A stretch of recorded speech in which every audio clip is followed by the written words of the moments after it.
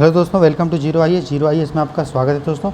जैसे बच्चे लोग डिमांड कर रहे थे कि सर यूपीएससी में जो सीसेट आता है, जो मैथ्स का पोर्शन आता है रीजनिंग का, जो आपकी यूपीएससी प्रीलिम्स के लिए ज़रूरी है, जो 28 मई को होने वाला है, साथ ही साथ ईपीएफओ में भी जो मैथ्स और रीजनिंग का पोर्शन आता है उसके लिए प्रीवियस ईयर क्वेश्चन का डिस्कशन कर दीजिए, ताकि हम लोग को जो है समझने में आसानी हो। ठीक है, तो उन्हीं के डिमांड पर जो है मैं आज से आप लोगों के लिए एक कोर्स लेके आया हूँ दोस्तों, जिसमें हम लोग मैथ्स रीजनिंग में जितने भी प्रीवियस ईयर क्वेश्चंस आए हैं 1995 से लेकर 2022 तक सभी को डिस्कस करेंगे। ठीक है, एक एक क्वेश्चन को समझेंगे कि किस तरह से अप्रोच करते हैं। ठीक है, और अगर ये कोर्स आप कर लेते हैं तो आपका मैथ्स रीजनिंग का जो भी आपका डर है वो आपका निकल जाएगा।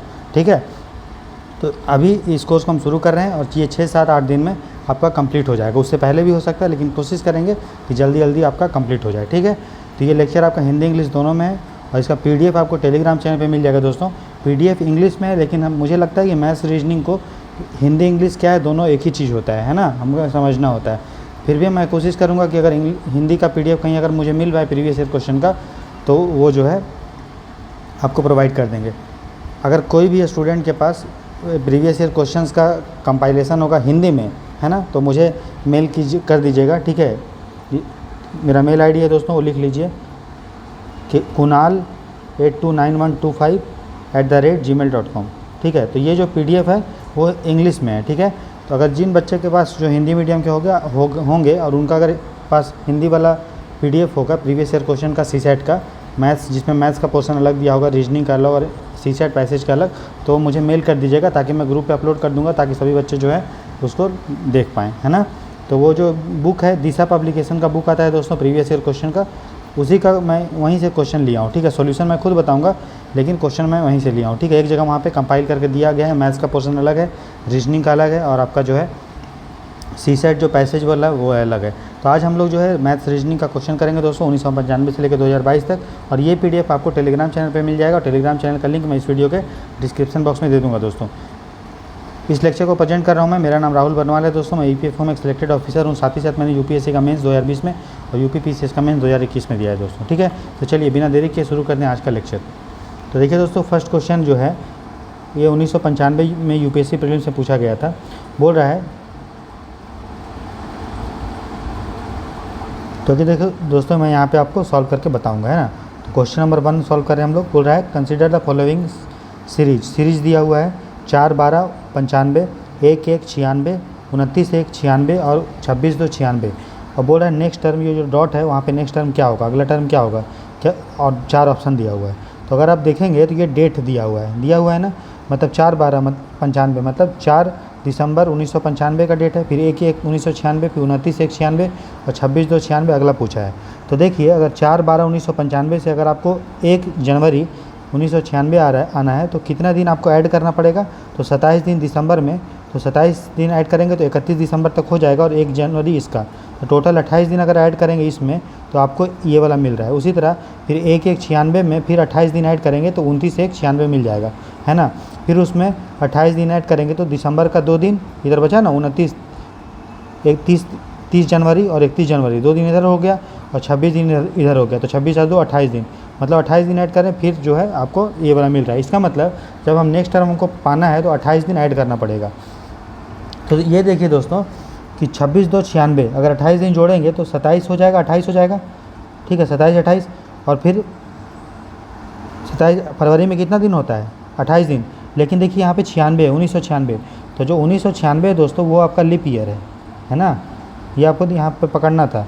तो जब लीप ईयर कैसे पता करेंगे, कोई भी नंबर को अगर 4 से डिवाइड कर दीजिएगा कोई भी साल को, तो 4 से कट जाएगा, 4 चौके 16। ठीक है, फिर कितना बचेगा, 3 19 4 चौके 16 और 4 9 36, तो 449 में ये कट जाएगा। मतलब 1996 जो है वो आपका क्या है, लीप ईयर। तो लीप ईयर में क्या होता है, फरवरी का जो 28 दिन का महीना होता है वो 29 दिन का होता है। यहीं आपको ये चीज़ पकड़ना था।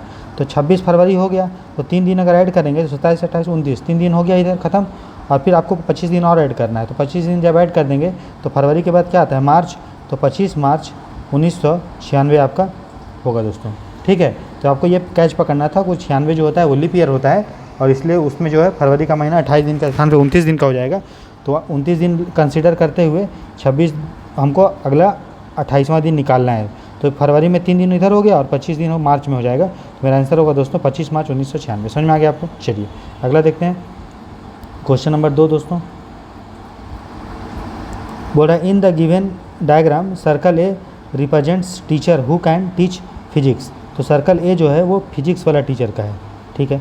And B represent teacher who can teach chemistry, तो बी जो है वो केमिस्ट्री का है, ठीक है। And C represent those who can teach math, तो ये मैथ का है। समझ में आ रहा है? ये जो सर्कल है ये वाला, ये केमिस्ट्री का सर्कल है, ठीक है। ये आपका फिजिक्स का सर्कल है और ये आपका मैथ्स का सर्कल है, ठीक है। अब हमें बोल रहा है कि हमें among those which represent teachers who can teach physics, बोल रहा है हमें वो निकालना है वो टीचर को इस सर्कल में कि जो फिजिक्स भी पढ़ा ले रहा है, मैथ्स भी पढ़ा ले रहा है, केमिस्ट्री नहीं पढ़ा पा रहा है। मतलब फिजिक्स पढ़ा रहा है, मतलब ये वाला पढ़ा, ये सर्कल के अंदर में आना चाहिए। मैथ्स पढ़ा रहा है, मतलब ये सर्कल के अंदर में आना चाहिए। और केमिस्ट्री नहीं पढ़ा रहा है, मतलब ये वाला आपको बाहर कर देना है, ये वाला हटा देना है। तो दोनों में फिर कॉमन क्या है दोस्तों? वो ये वाला चीज़ है, यही कॉमन है, यू, है ना। तो यू जो है वो फिजिक्स भी पढ़ा रहा है, मैथ्स भी पढ़ा रहा है, लेकिन केमिस्ट्री नहीं पढ़ा है। तो केमिस्ट्री वाले को आपको हटा देना था, तो केमिस्ट्री निकाल दीजिए, तो क्या आएगा? यू। तो आंसर क्या होगा दोस्तों? 2 का बी, ठीक है। तो आपको इस तरह से ये वेन डायग्राम का क्वेश्चन है। तो देखिएगा सर्कल में क्या क्या कॉमन है और उसको क्या पूछ रहा है। अगर इसी क्वेश्चन में अगर पूछता हमसे वो कि उन टीचर का नाम बताओ जो आपको मैथ्स पढ़ा रहा है और केमिस्ट्री पढ़ा रहा है लेकिन फिजिक्स नहीं पढ़ा रहा है, तो मैथ्स कौन पढ़ा रहा है? ये वाला सर्कल। केमिस्ट्री कौन पढ़ा रहा है? ये वाला सर्कल, ठीक है। और फिजिक्स कौन पढ़ा रहा है? ये वाला सर्कल। तो ये वाला सर्कल आप घटा दोगे तो कॉमन क्या आएगा? केमिस्ट्री और मैथ में इतने लोग आएंगे, बस इतने लोग। तो वो कितना होगा दोस्तों? टी होगा। तो टी जो है, टी यहाँ पे जो लिखा हुआ है, उतना लोग केमिस्ट्री पढ़ा रहा है, मैथ्स पढ़ा रहा है, लेकिन फिजिक्स नहीं पढ़ा रहा है, ठीक है। तो इस तरह से आपको निकालना है। तो आंसर क्या होगा दोस्तों? जो क्वेश्चन ने पूछा था फिजिक्स मैथ्स पढ़ा है, केमिस्ट्री नहीं पढ़ा है, तो वो है आपका यू, ठीक है। 2 का यू होगा, ठीक है। समझ में आएगा आपको? समझ में आया ना? ठीक है, आगे देखते हैं। नेक्स्ट देखते हैं दोस्तों। तो 2 का आंसर क्या होगा? यू, ठीक है। 3 का देखते हैं। बोल रहा है 7 men A B C D E F are standing in a queue in that order. मतलब 7 लोग जो है बैठे हैं दोस्तों एक ऑर्डर में। किस ऑर्डर में? तो A B C D E F G इसी तरह से। Each one is wearing A cap of different colour. तो हर आदमी अलग अलग कलर का टोपी पहना है। क्या क्या? Violet, indigo, blue, green, yellow, orange, red. 7 लोग हो गए, 7 कलर का टोपी पहना है। तो मतलब 7 लोग इस तरह से एक लाइन में हैं, ठीक है। एक लाइन में 7 लोग ऐसे खड़े हैं। तो 7 खंडा बना लीजिए आप। 1 2 3 4 5 6 7। बोल रहा है D is able to see in front of him green and blue. तो इस तरह से खड़ा हुआ है। बोल रहा है कि इसी ऑर्डर में है, A B C D E F G, इस तरह से खड़ा है एक लाइन में। बोल रहा है D is able to see in front of green and blue. तो डी अपने आगे ग्रीन और ब्लू को देख पा रहा है। मतलब इसका आगे वाला आदमी या तो ग्रीन टोपी पहना होगा या ब्लू, ठीक है। तो वो अपने आगे वाले को देख पा रहा है कि ग्रीन और ब्लू जो है पहना है, बट नॉट वायलेट। वायलेट को नहीं देख पा रहा है। इसका मतलब जो वायलेट होगा दोस्तों वो खुद ही पहना होगा, क्योंकि देखिए इस तरह से लोग खड़े हैं एक कतार में, आगे मुंह किए हुआ। तो ए का मुंह भी आगे, बी का भी आगे, सी का भी आगे, डी का भी आगे, ई का भी, एफ का भी, जी का भी।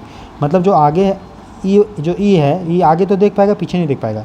तो बी जो है ए को देख सकता है लेकिन पीछे नहीं देख पाएगा और अपने को भी नहीं देख पाएगा, ठीक है। अपने ऊपर मैंने बस उसका माथा से बस सीधा होना चाहिए, वो पीछे भी नहीं देख सकता है आगे और अपने ऊपर भी नहीं देख सकता है।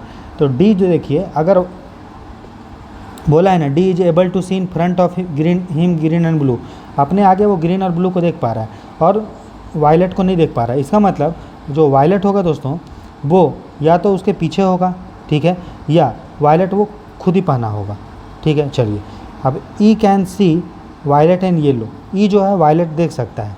तो ई अगर वायलेट देख सकता है, इसका मतलब ई यहाँ पे है, तो ये वायलेट को देख पा रहा है। ये बताइए वायलेट कहीं लिखा हुआ है? नहीं लिखा हुआ है। आगे ई के आगे कौन कौन है? डी है, सी है, ए बी है, ए है।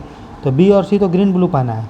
ये और ये ई बोल रहा है वायलेट और येलो को देख पा रहा है, और डी जो था वायलेट को नहीं देख पा रहा था। इसका मतलब डी जो होगा वो खुद ही वायलेट पहना होगा, तभी वो अपने ऊपर नहीं देख पा रहा है। और ई देख पा रहा है वायलेट को और येलो को भी देख पा रहा है। इसका मतलब येलो जो होगा सब उसके आगे होगा, ए में होगा, है ना। इस तरह से ई जो है वायलेट को भी देख पा रहा है और येलो को भी देख पा रहा है, ठीक। अच्छा, बट नॉट रेड। रेड को नहीं देख पा रहा है। इसका मतलब रेड वो खुद पहना होगा दोस्तों, ठीक है। अच्छा, G can see caps of all colour. अच्छा, अब यहाँ पे देखिए या तो ई रेड पहना होगा, या ई चूँकि अपने आगे देख पा रहा है, पीछे नहीं देख पा रहा है, इसका मतलब एफ और जी में से कोई ना कोई रेड पहना होगा। ठीक है, तो हम अभी नहीं बोल सकते हैं कि जो है ई रेड पहना होगा। ठीक है, डी को क्यों बोल दिए वायलेट पहना होगा, क्योंकि ई बोल रहा है कि ई सबको देख पा रहा है, वायलेट को भी देख पा रहा है, येलो को भी, और डी बोल रहा है वायलेट नहीं देख पा रहा है। इसका मतलब डी खुद ही वायलेट पहना होगा। अगर ए को हम वायलेट ले लेंगे तो डी तो देख पाएगा ए को ना, है ना, इसलिए मतलब डी खुद ही वायलेट पहना होगा। बोल रहा है G can see caps of all colour other than orange. बोल रहा है जी जो है वो सबको देख पा रहा है कलर को, लेकिन ऑरेंज को नहीं देख पा रहा है, तो जी सबसे लास्ट में होगा। सबको देख पा रहा है, ऑरेंज को नहीं, मतलब खुद ही वो ऑरेंज पहना होगा। ठीक है, अच्छा, उसके बाद E is wearing an indigo, तो ई जो है वो इंडिगो पहना है। ठीक है, अब कौन बचा दोस्तों, एफ बचा। तो बाकी कलर तो हो गया, वायलेट हो गया, इंडिगो हो गया, ब्लू हो गया, ग्रीन हो गया, येलो हो गया, ऑरेंज हो गया, बचा क्या, रेड। तो एफ क्या पहना होगा, रेड पहना होगा। तो बोला है कि विच चीज़ ऑर्डर बाय एफ, तो रेड। बात समझ में आया। 3 का क्या होगा दोस्तों, सी। तो इस तरह से सॉल्व करना है क्वेश्चन, है ना। जो बोल रहा है कि एक ऑर्डर में था, एक ऑर्डर में आप कर लो, और उसके बाद कौन सा कलर देख लो कि अगर सामने वाला वो देख पाएगा, पीछे नहीं देख पाएगा, और अपना कौन सा कलर है वो नहीं देख पाएगा, तो क्या वो वही कलर पहना है जो नहीं देख पा रहा है, वो उसके अनुसार क्वेश्चन से आपको पता चल जाएगा। ठीक, तो 3 का आंसर होगा दोस्तों सी। अगला देखते हैं क्वेश्चन नंबर 4। तो 3 का आंसर क्या होगा, सी। 2 का आंसर क्या होगा, बी। ए का आंसर क्या होगा, बी। ये आपको नोट करना है। उसका देखिए, एग्जामिन द फॉलोइंग स्टेटमेंट। बोल रहा सभी चिल्ड्रन इंक्विजिटिव हैं, और कुछ चिल्ड्रन, दूसरा में बोल रहा है कुछ चिल्ड्रन इंक्विजिटिव नहीं हैं, और थर्ड में बोल रहा है कि कोई भी चिल्ड्रन इंक्विजिटिव नहीं है, और 4 में बोल रहा है कुछ चिल्ड्रन जो है नॉन इंक्विजिटिव हैं।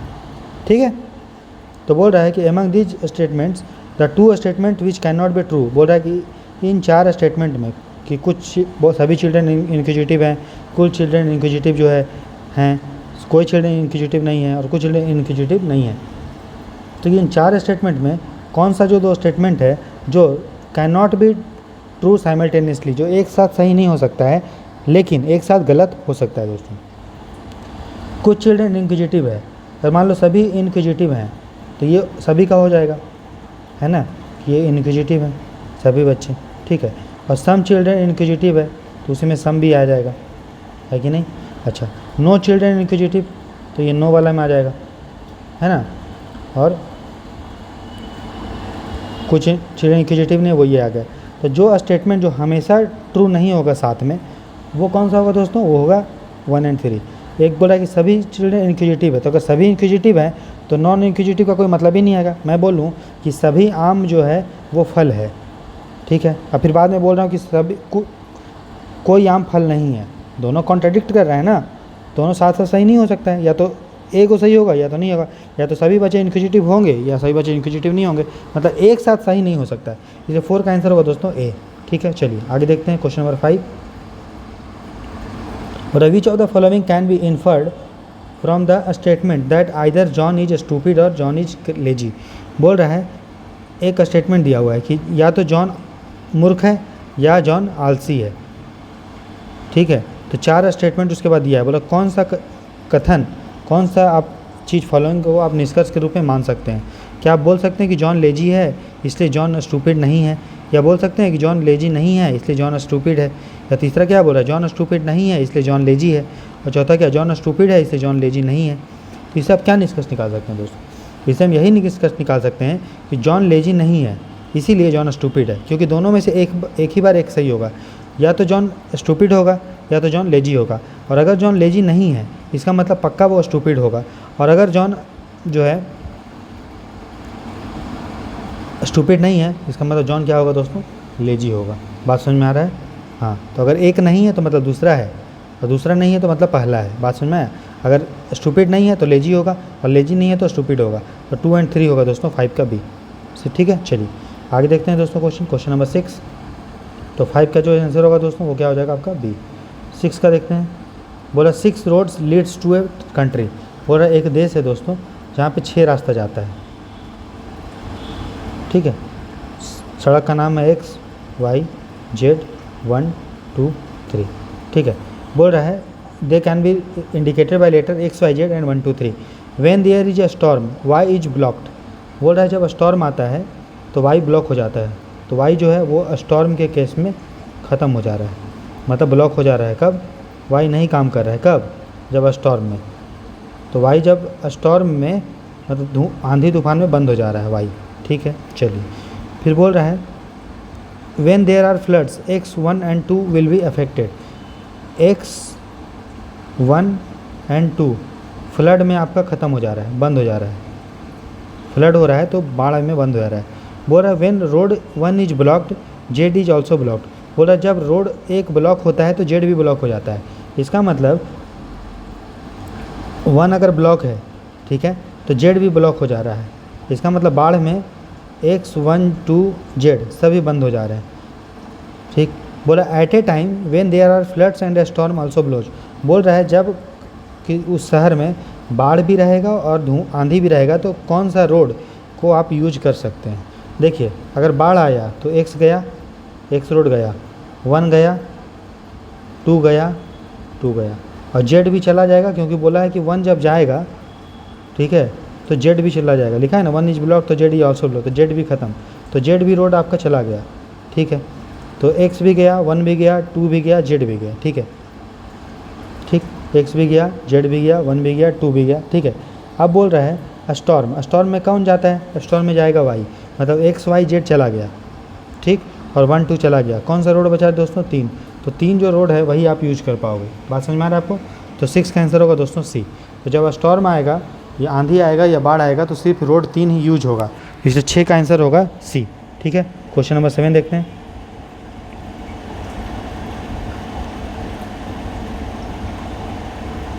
क्वेश्चन नंबर 7 है दोस्तों, बोला which one of the following Venn diagram correctly illustrate the relationship among the classes carrot food and vegetable. तो बोल रहा है इनमें से कौन सा चीज़ रिलेशनशिप बताएगा, संबंध बताता है गाजर में, खाना में और वेजिटेबल में, ठीक है दोस्तों, ठीक है। अब देखो जो गाजर है दोस्तों, ठीक है, और जो खाना तो बहुत चीज़ होता है, खाना में वेज आता है, नॉन वेज आता है, फल आता है, फ्रूट आता है, सब्जी आता है, सब आता है। तो जो खाना का होगा दोस्तों, खाना सबसे बड़ा वेन डायग्राम होगा, है ना। ये मान लो फूड का है, खाने का, ठीक है। अब आपको पता है जो कैरेट होता है, गाजर, ठीक है, तो गाजर क्या होता है? गाजर एक सब्जी होता है। गाजर क्या होता है दोस्तों? गाजर एक क्या होता है? सब्जी होता है। तो सब्जी में बहुत सारा चीज़ होगा, गाजर होगा, आलू होगा, प्याज होगा, सब होगा। तो उसके अंदर क्या है? तो अगर ये सब्जी है दोस्तों, वेजिटेबल है, तो उसके अंदर एक गाजर होगा। गाजर तो बाहर नहीं हो सकता है क्योंकि गाजर जो है खुद एक सब्जी है और सब्जी में बहुत सारा चीज़ आता है, तो गाजर होगा अंदर। और चाहे वो गाजर हो चाहे सब्जी हो, दोनों खाना है, फूड है।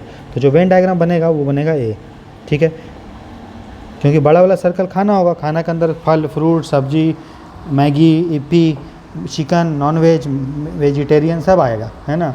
तो उसके अंदर सब्जी भी आएगा और गाजर चूँकि एक सब्जी है तो सब्जी के अंदर आपका गाजर आ जाएगा, है ना। तो वेन डायग्राम जो बनेगा वो बनेगा ए के अनुसार। तो 7 का आंसर होगा ए दोस्तों, ठीक है। चलिए आगे देखते हैं क्वेश्चन नंबर 8। बोल रहा है in the given figure the triangle represents girls. तो ये जो है वो लड़की रिप्रेजेंट कर रहा है गर्ल्स को, ठीक है, और the square represent sport person. तो स्क्वायर जो है वो स्पोर्ट्स को रिप्रेजेंट कर रहा है, ठीक है, और सर्कल रिप्रेजेंट कोच, तो ये रिप्रेजेंट कर रहा है कोच को, ठीक है। तो हमें बताना है the portion in the figure which represent girls. तो ये फिगर में हमें बताना है कि कौन रिप्रेजेंट करेगा गर्ल्स को। तो गर्ल्स को कौन रिप्रेजेंट कर रहा है दोस्तों? ये वाला चीज़ पूरा, ठीक है, ये गर्ल्स को रिप्रेजेंट कर रहा है, ठीक है, पूरा, ठीक है, ये पूरा क्या है? गर्ल्स को रिप्रेजेंट कर रहा है, ठीक। चलिए उसके बाद who are a sports person. तो गर्ल्स भी होनी चाहिए और स्पोर्ट्स पर्सन भी होना चाहिए। तो स्पोर्ट्स पर्सन कौन है दोस्तों? ये पूरा स्पोर्ट्स पर्सन है, मतलब ये स्पोर्ट्स पर्सन हो गया, ठीक, अच्छा। और बट नॉट कोच, लेकिन कोच नहीं होना चाहिए। इसका मतलब हमको कोच वाला जो ये पोर्शन है, जो कोच का ये पोर्शन है दोस्तों, वो हटाना पड़ेगा, है ना। हमें मतलब क्या करना पड़ेगा? जो लड़की होनी चाहिए, ठीक है, स्पोर्ट्स पर्सन होनी चाहिए, लेकिन कोच नहीं होनी चाहिए। तो इतनी सारी जो लड़कियां हैं ये क्या है, लड़की भी है और आपका स्पोर्ट्स पर्सन भी है और कोच भी है, लेकिन बोल रहा है कोच नहीं होगा। तो कोच नहीं होगा तो ये वाला आप हटा दोगे, ये वाला चीज़ है कि नहीं। तो ये वाला जो चीज़ है बस इतना ही बचेगा, ये वाला जो गर्ल्स भी है, देखिए बी जो है वो गर्ल्स भी है, गर्ल है, स्पोर्ट्स पर्सन भी है, हाँ स्क्वायर के अंदर आता है, लेकिन सर्कल के अंदर नहीं आना है हमको, तो सर्कल को हटा दीजिए। तो क्या बचेगा बी। आंसर क्या होगा दोस्तों 8 का बी। समझ में आ रहा है। तो 8 का आंसर क्या होगा दोस्तों बी। ठीक है, तो इस तरह से वेन डायग्राम क्या बोल रहा है क्वेश्चन, उसके अकॉर्डिंग आप समझ के बना सकते हैं। फिर 9 क्वेश्चन नंबर 9 है हमारा, क्या 9 है, बोल रहा है सीरीज दिया हुआ है AZ CX FU और उसके बाद पूछ रहा है। तो इसमें मैंने बताया था सीरीज भी कि आप पैटर्न देखो कि अगर हम A से C जा रहे हैं दोस्तों तो ABC मतलब 2 ऐड करना पड़ रहा है, BC एक को छोड़ देना पड़ रहा है। तो C से जब F जा रहे हो DEF तो 3 छोड़ना पड़ रहा है, +3 है ना, DEF। इसका मतलब अगला जो होगा वो 4 छोड़ना पड़ेगा, है ना, चौथा आएगा, मतलब F के बाद क्या आएगा GHIJ, इसका मतलब J आएगा। ठीक है, तो A से C गया तो 2 चेंज हुआ, C से F गया तो 3, और 3 से F से जब जाएंगे तो 4 का चेंज होना चाहिए, तो मतलब J आना चाहिए। उसी तरह Z से जब X गए तो -2 किए, घटाए ना, XYZ मतलब 2 घटाए तब आया। फिर X से जब आपको U जाना है तो क्या करोगे, STU -3 कर रहे हो, है ना, कर रहे हैं ना, कर रहे हैं ना दोस्तों। U VWX मतलब U में अगर 3 हम जोड़ रहे हैं तब X मिल रहा है, अगर उल्टा जाके देखो। फिर X में जब हम +2 कर रहे हैं तो Z मिल रहा है। इसका मतलब यहाँ पे जो भी रहेगा उसमें हमको देखो +3 यानी +4 होगा, यहाँ पे जो भी रहेगा उसमें +4 करेंगे तब हमको दोस्तों U मिलेगा। तो किस में हम +4 करेंगे तो हमको U मिलेगा, तो वो है दोस्तों Q में जोड़ो, Q के बाद चौथा लाओ, Q के बाद चौथा लाओ, तो R नहीं आना, S नहीं, T नहीं, चौथा में क्या आएगा U, तो U आ रहा है ना। तो इस तरह से आपको करना है। 2 सीरीज है तो आप देख लो A का क्या पैटर्न है पहले वाले टर्म का, फिर दूसरे वाले का टर्म का क्या पैटर्न है, तो उसके अकॉर्डिंग आप कर लो। तो जो आंसर होगा दोस्तों वो हो जाएगा मेरा J और Q। ठीक है, तो 9 का आंसर होगा आपका A। ठीक, चलिए क्वेश्चन नंबर 10 देखते हैं। बोल रहा है mouse is to rat as cat fly is to. बोल रहा है चूहा और बिल्ली में जो रिलेशनशिप है वही कीट पतंगा और किस में है। तो आपको पता है चूहा को कौन खाता है, बिल्ली, तो फ्लाई जो होगा कीट पतंगा को कौन खाएगा, क्या चूहा खाता है, नहीं। क्या एनिमल खाता है, नहीं। क्या घोड़ा खाता है, नहीं। कौन खाता है, मकड़ी खा जाता है कीट पतंगा को। तो 10 का आंसर क्या होगा दोस्तों C। तो रिलेशनशिप बताना है। ठीक है, समझ में आया। चलिए उसके बाद है क्वेश्चन नंबर 11 और एग्जामिन द फॉलोइंग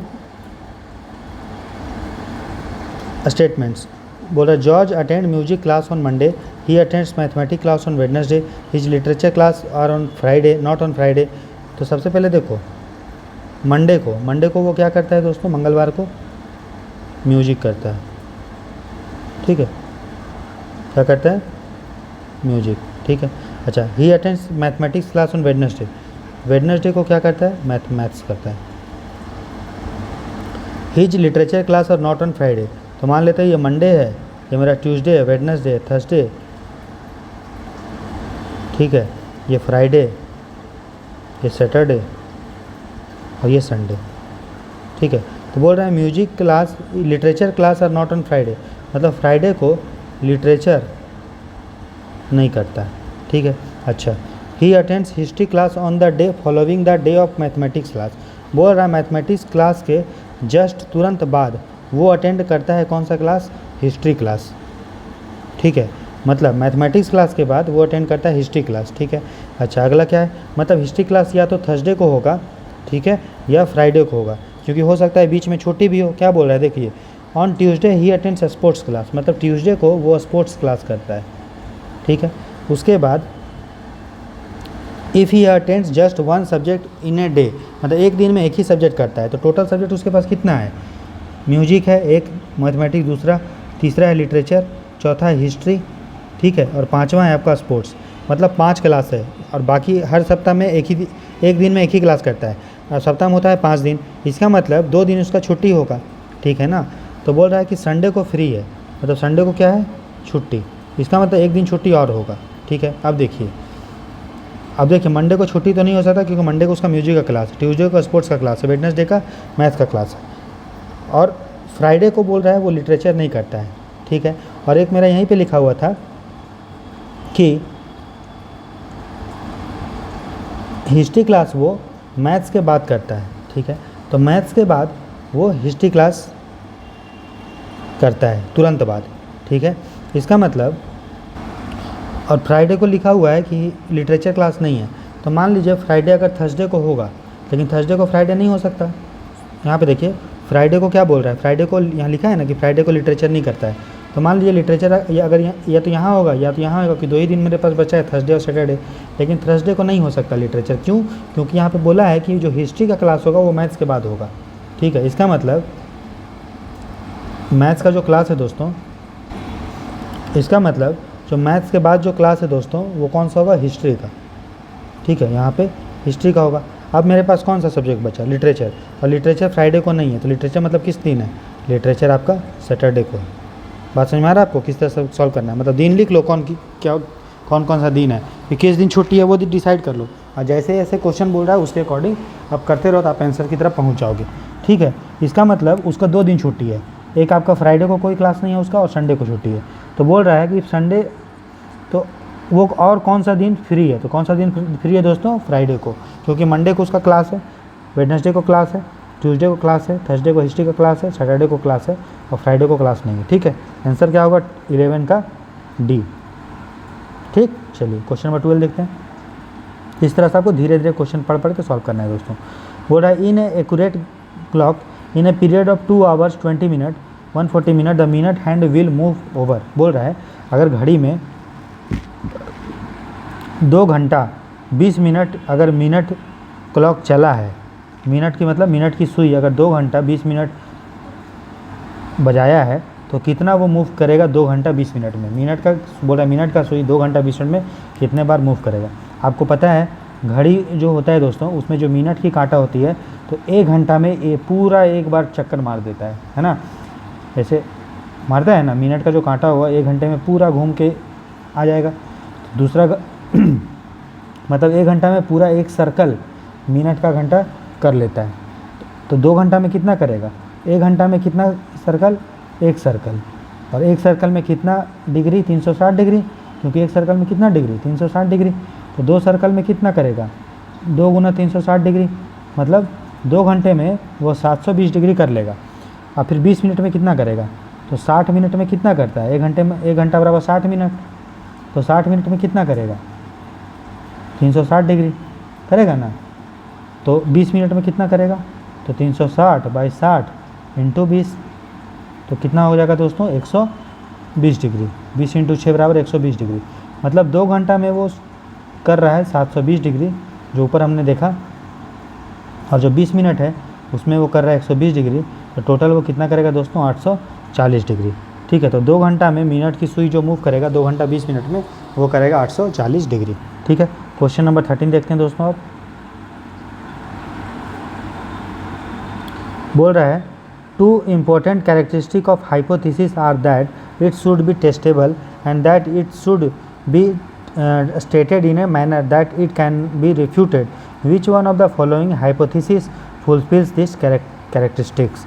बोल रहा है हाइपोथेसिस का 2 विशेषता ये होता है कि इसको हम टेस्ट कर ले सकते हैं और दूसरा इसको हम नकार सकते हैं, ठीक है। तो हाइपोथेसिस का विशेषता बता रहा है कि हाइपोथेसिस, किसी भी चीज़ को हाइपोथेसिस होने के लिए 2 चीज़ होना पड़ेगा।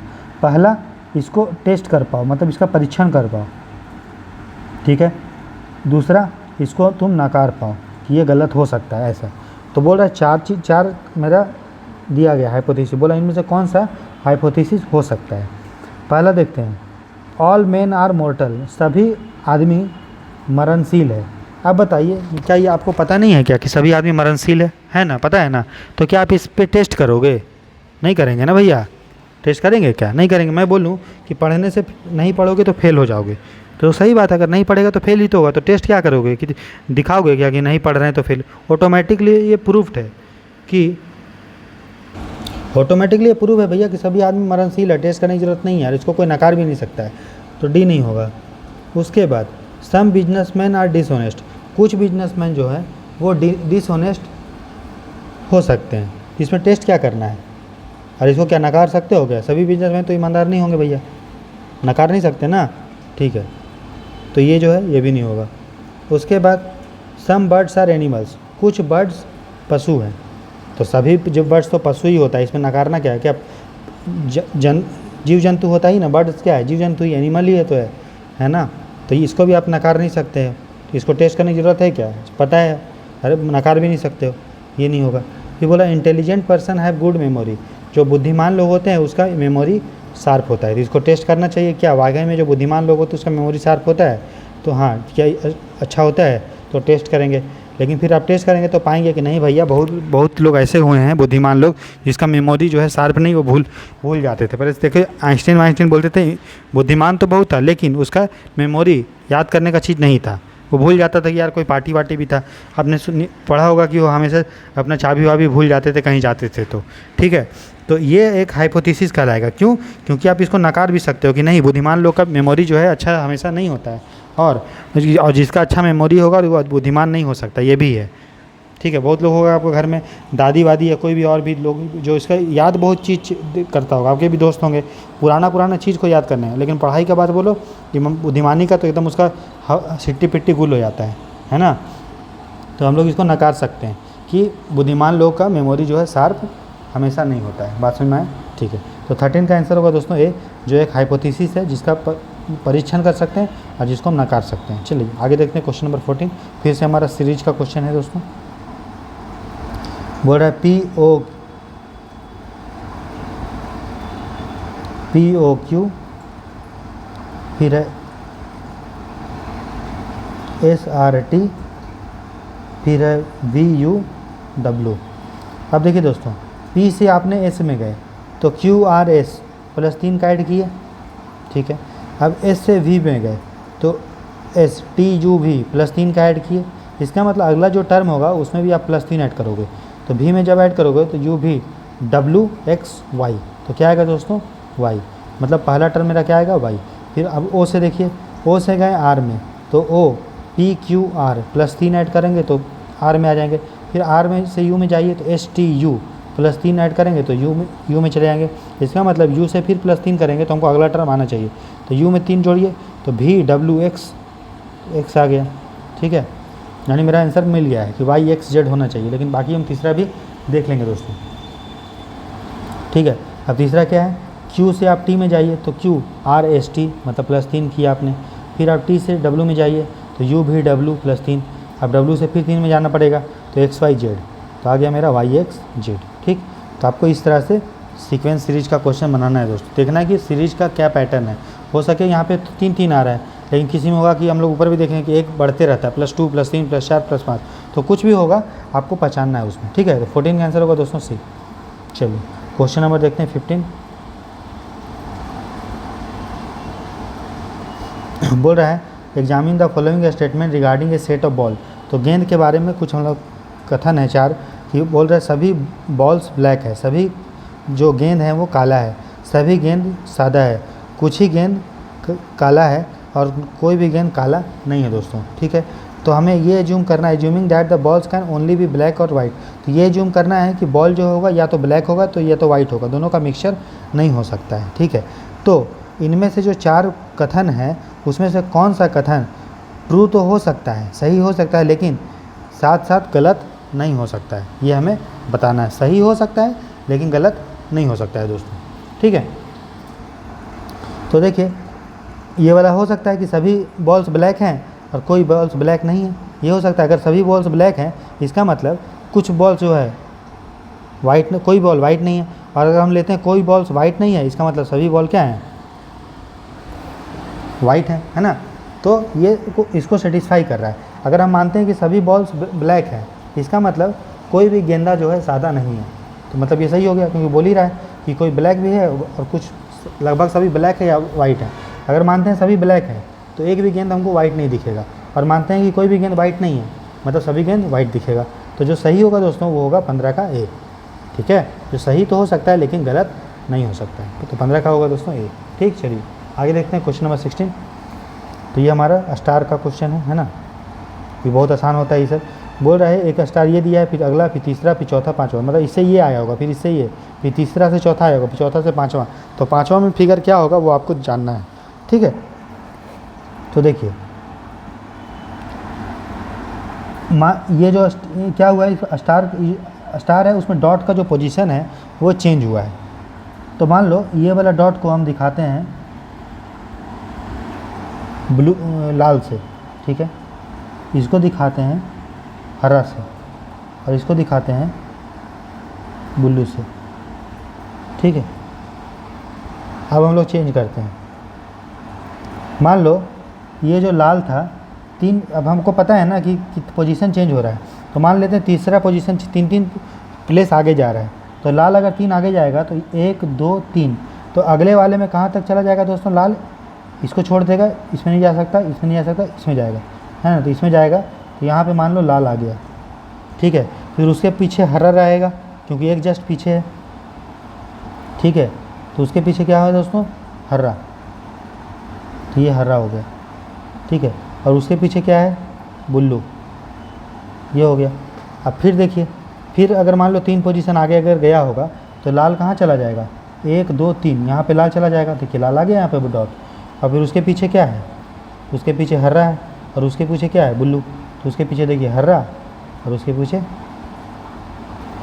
ब्लू, ठीक है। फिर पोजीशन चेंज कीजिए, फिर 3 प्लेस चेंज कीजिए, तो लाल कहाँ चला जाएगा? 1 2 3, तो यहाँ पे लाल चला गया, ठीक है। मैं अलग अलग कलर क्यों लिया हूँ? ताकि आपको जो है दिखा पाऊँ मैं कि हो क्या रहा है। और उसके पीछे हरा, और उसके पीछे क्या? ब्लू।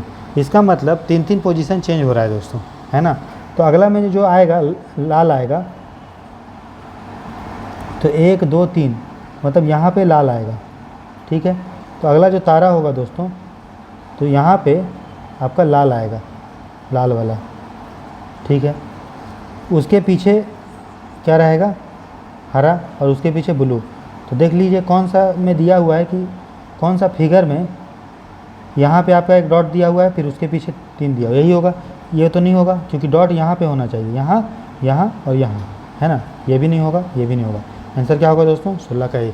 तो इस तरह से आपको देखना है कि क्या हो रहा है, फिगर में क्या हो रहा है, उसके अनुसार अगला फिगर होगा दोस्तों, ठीक है। चलिए क्वेश्चन नंबर 17 देखते हैं। ये भी पैटर्न से रिलेटेड है। तो इसमें देखो क्या हो रहा है, इससे ये आया होगा, फिर इससे ये, फिर इससे ये, फिर इससे ये, है ना। अगला हमको पता करना है क्या होगा। तो इसमें क्या हुआ है देखो, तो एक स्क्वायर था, ठीक है, उसके अंदर 4 गोला था और एक लाइन निकला हुआ था। तो अगला फिगर में क्या हुआ, एक जो यहाँ वाला गोला था दोस्तों वो आगे बाहर आ गया, ठीक है। फिर अगले वाले में क्या हुआ, गोला का कोई पोजीशन चेंज नहीं हुआ है, जो यहाँ पे जैसा पोजीशन था इसमें उसमें भी यही पोजीशन है, लेकिन क्या हुआ है, एक चीज़ डिफरेंट हुआ है। क्या हुआ है? ये वाला तो यहाँ भी है, ये वाला लाइन, लेकिन और एक लाइन यहाँ पे आ गया, ये आ गया। जो पहले वाले में लाइन नहीं था, देखिए इसमें लाइन है नहीं है, लेकिन इसमें लाइन आ गया, लेकिन गोला में कोई चेंज नहीं हो गया। और फिर अगले वाले में क्या हो रहा है कि लाइन में कोई चेंज नहीं, ये लाइन इसमें भी था, ये लाइन इसमें भी था, और गोला जो था 3 था, लेकिन गोला एक बाहर हो गया, लाइन में कोई चेंज नहीं आया, गोला एक बाहर हो गया, ठीक है। तो अगला में क्या हो रहा है, तो आप क्या देख रहे हो, इसमें से अगर हम इधर गए तो गोला एक बाहर आ गया, इसमें से इधर गए तो गोला में कोई चेंज नहीं हुआ, लाइन एक क्रिएट हो गया, मतलब यहाँ से एक लाइन इधर क्रिएट हो गया। अगले वाले में गोला बाहर आ गया और लाइन का कोई चेंज नहीं हुआ, मतलब अगले वाले में फिर क्या होगा बताइए। अगले वाले में लाइन जो होगा बन जाएगा, एक लाइन बन जाएगा, लेकिन गोला में चेंज नहीं होगा। क्यों? क्योंकि गोला में यहाँ चेंज हो चुका है, तो अल्टरनेट हो रहा है, एक में गोले का चेंज हो रहा है, दूसरे में लाइन का चेंज हो रहा है, फिर गोला का चेंज हो रहा है, फिर लाइन का हो रहा है। तो अगर यहाँ पे गोला का चेंज हो गया है दोस्तों, हुआ है ना, इसमें 3 गोला अंदर था, इसमें 2 गोला बचा, मतलब गोला का चेंज अगर हो गया है तो अगले वाले में गोला का चेंज नहीं होगा, लाइन का चेंज होगा। और लाइन का चेंज कैसे होगा, तो पहले देखिए यहाँ पे था, यहाँ पे था, तो अब क्या किस में आना चाहिए, इसमें आना चाहिए, और गोला जो है जस का तस रहेगा, है ना। तो मेरा जो फिगर बनेगा वो क्या बनेगा, गोला तो ऐसे ही रहेगा, 2 अंदर 1 बाहर, ठीक है, मतलब 2 अंदर रहेगा, तो 2 अंदर किस में है, इसमें है, और 1 बाहर, ये होगा, मतलब गोला का संख्या वही होगा, 1 2 3 4, ठीक है, 4 गोला होगा, ठीक है, और एक लाइन क्रिएट हो जाएगा यहाँ पे, है ना। मेरा जो आंसर होगा दोस्तों वो आपका कौन सा होगा, वो होगा सी, ठीक है, जिसमें एक लाइन यहाँ पे क्रिएट हो गया और 2 गोला, जैसा पोजीशन गोला का यहाँ था वहाँ पोजीशन गोला का यहाँ है। अगले फिगर में क्या होगा, गोला एक बाहर निकल जाएगा, ठीक है, और लाइन वहीं रहेगा, ठीक है। तो एक गोला जो था अगले पोजीशन में बाहर निकल जाएगा। ठीक, समझ में आ गया आपको? तो जो आंसर होगा दोस्तों वो होगा 17 का सी। चलिए क्वेश्चन नंबर देखते हैं 18। क्वेश्चन नंबर 17 हो गया मेरा, क्वेश्चन नंबर 18 देखते हैं। बोल रहा है एग्जामिन द फॉलोइंग स्टेटमेंट। बोल रहा है all members of a Mohan family are honest. तो मोहन का परिवार का जितने भी सदस्य है सभी ऑनेस्ट है, मतलब मोहन का परिवार क्या है? ईमानदार। मोहन का परिवार क्या है? ईमानदार है। ठीक है, मोहन के सभी परिवार ईमानदार है, सभी लोग। ठीक है, सभी सदस्य जो हैं वो ईमानदार है। बोल रहा है सब members of a Mohan family और नॉट एम्प्लॉयड। और मोहन के परिवार में से कुछ सदस्य जो है वो बेरोजगार हैं। क्या है वो? बेरोजगार, मतलब उसको रोजगार नहीं मिला है। तीसरा है some employed person are not dishonest. कुछ एम्प्लॉयड पर्सन, अब खाली मोहन के परिवार में ही तो लोग नहीं होंगे, और भी परिवार होगा। तो जो लोग रोजगार में हैं, जो रोजगार कर रहे हैं, अभी मोहन के परिवार से नहीं, और भी बहुत सारे लोग, तो उनमें से जो लोग रोजगार कर रहे हैं उनमें से जो कुछ लोग बेईमान हैं, मतलब ईमानदार नहीं है। देखिए मोहन का परिवार अगर मोहन का परिवार रोजगार कर रहा होगा, ठीक है, लेकिन सब रोजगार नहीं कर रहा। अगर सब मोहन के परिवार ही लोग खाली रोजगार करता तो सभी लोग ईमानदार होता ना। लेकिन खाली मोहन का परिवार तो रोजगार नहीं कर रहा है, और भी लोग रोजगार कर रहे हैं। ये कैसे पता चला? ये इससे पता चला कि यहाँ खुद ही बोल रहा है कि some employed person are not dishonest, क्योंकि जो लोग रोजगार कर रहा है वो बेईमान है। अगर मोहन का परिवार रोजगार करता तो वो ईमानदार होता। फिर चौथा क्या है? Some honest person are not employed. और कुछ ईमानदार लोग जॉब नहीं कर रहे हैं। ठीक है, कुछ ईमानदार लोग जॉब नहीं कर रहे हैं। ठीक, तो बोल रहा है इनमें से हम लोग क्या इन्फेरेंस निकाल सकते हैं, क्या निष्कर्ष निकाल सकते हैं? बोल रहा है all members of a Mohan family are employed. क्या हम बोल सकते हैं कि सभी मोहन के परिवार रोजगार हैं? नहीं है, क्योंकि यहीं पे खुद ही लिखा है कि सम मेंबर आर नॉट एम्प्लॉयड, तो ये हम नहीं निकाल सकते। फिर बोल रहा है the employed members of a Mohan family are honest.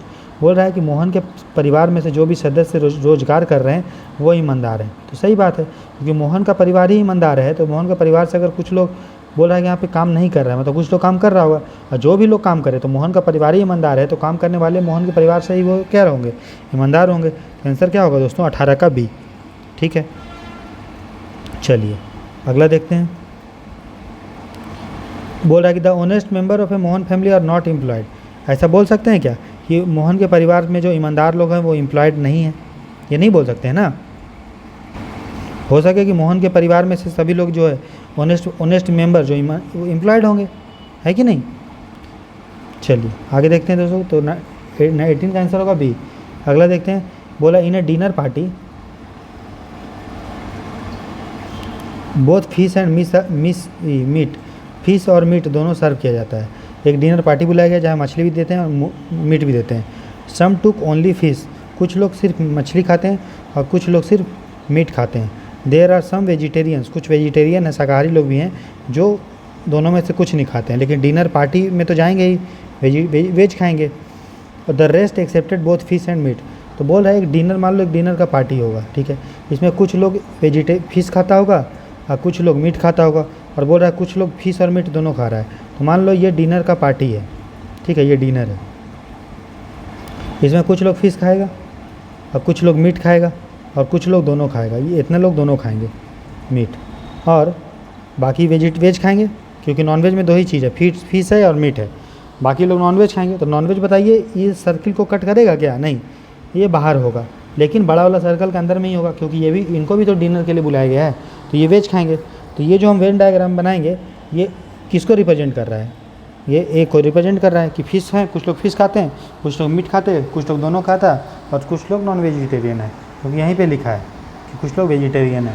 तो 19 का आंसर होगा दोस्तों ये। ठीक है, चलिए क्वेश्चन नंबर 20 देखते हैं आप।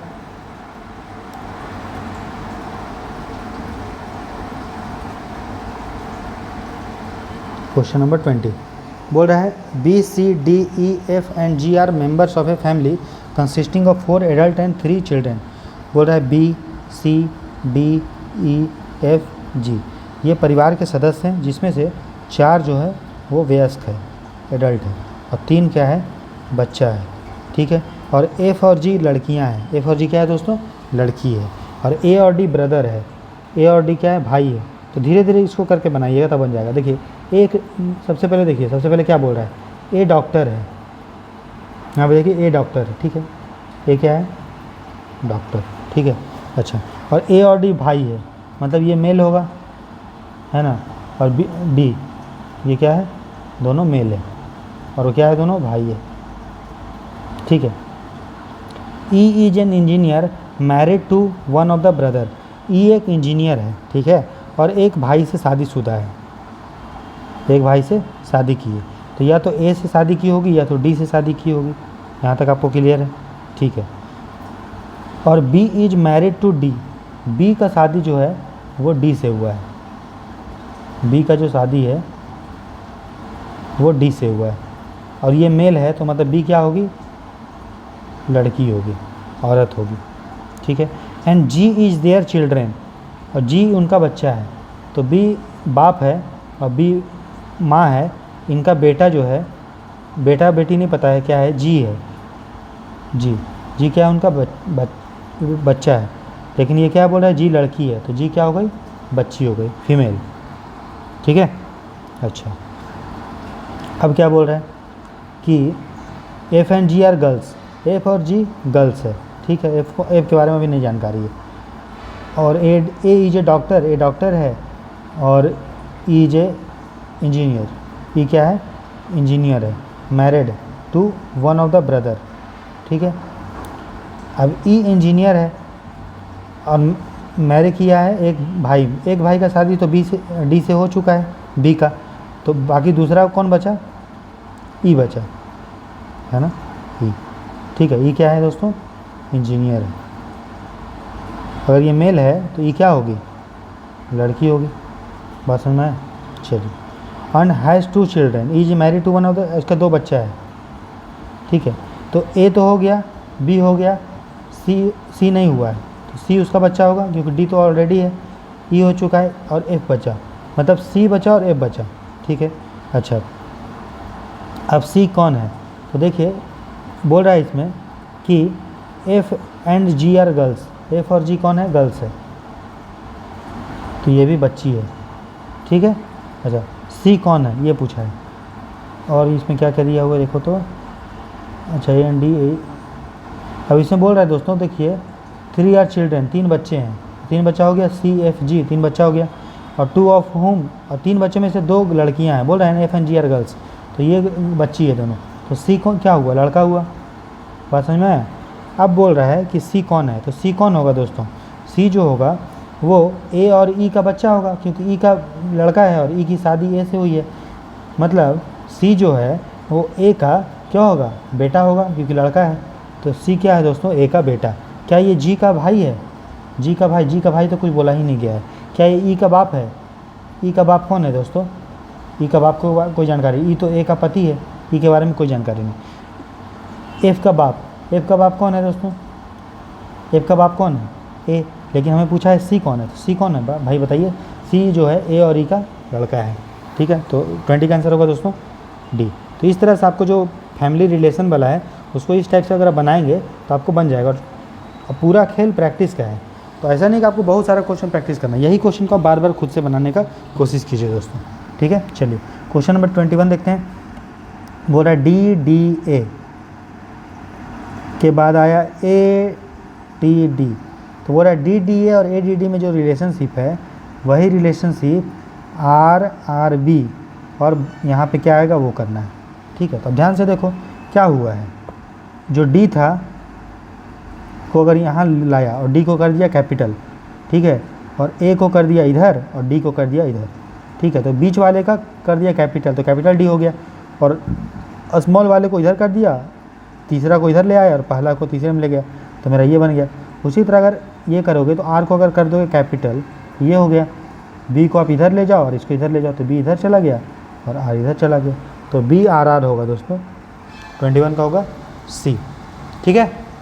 चलिए आगे देखते हैं क्वेश्चन नंबर 22,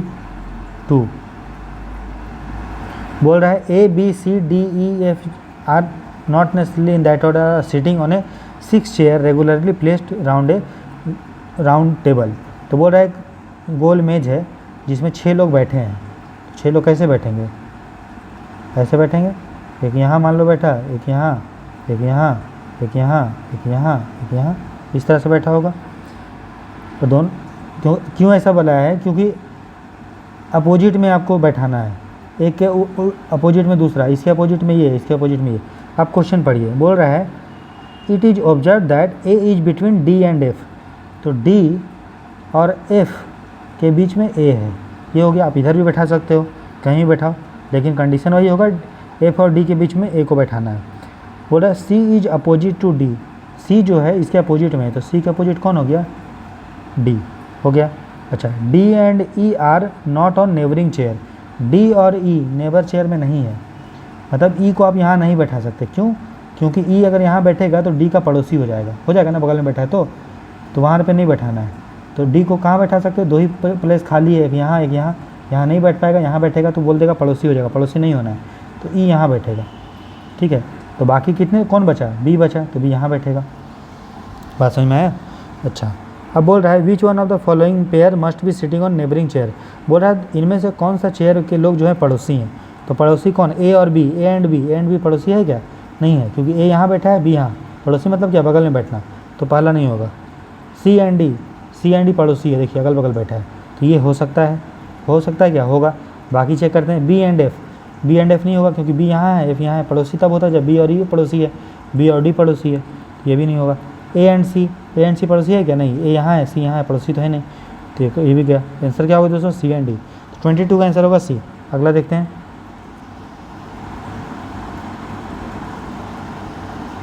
क्वेश्चन नंबर 23।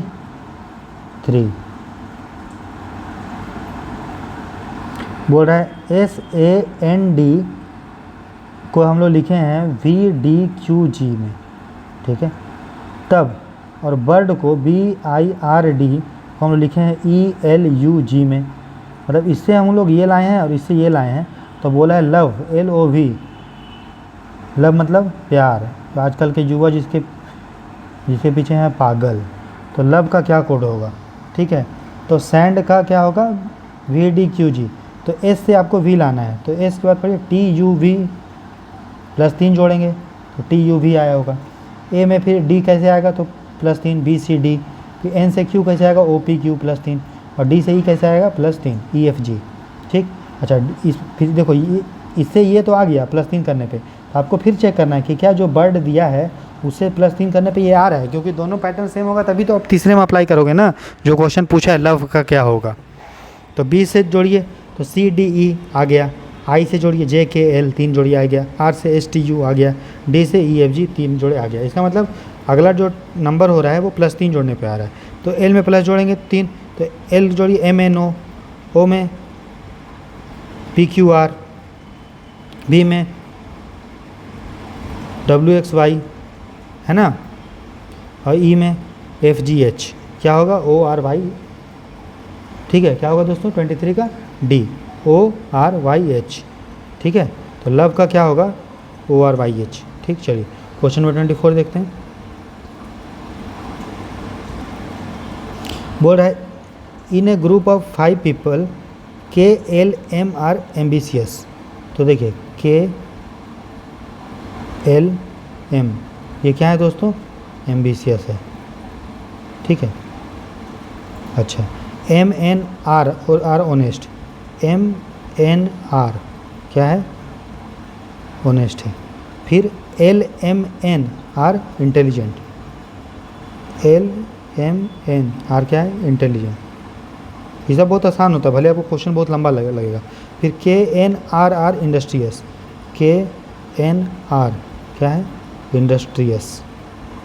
तो बोल रहा है इस फिगर में जो ये बना है उसमें से कौन इंडस्ट्रियस भी नहीं है और एम्बिशियस भी नहीं है, मतलब दोनों को पता करना है।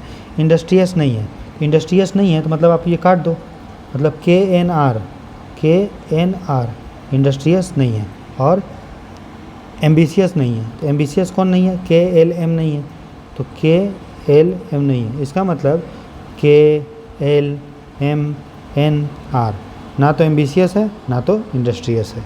ठीक है, तो L नहीं होगा, R भी नहीं होगा, K भी नहीं होगा, M भी नहीं होगा, N भी नहीं होगा, कोई नहीं होगा। क्या होगा आंसर दोस्तों? 24 का D।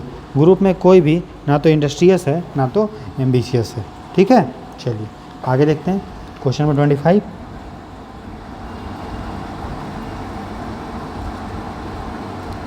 बोल रहा है ऑन अनदर प्लैनेट, कोई दूसरे ग्रह पे, the local terminology for earth water light air and sky are sky light air water and earth. बोल रहा है किसी दूसरे ग्रह पे जो पृथ्वी है, अर्थ है, उसको हम लोग बोलते हैं स्काई, ठीक है।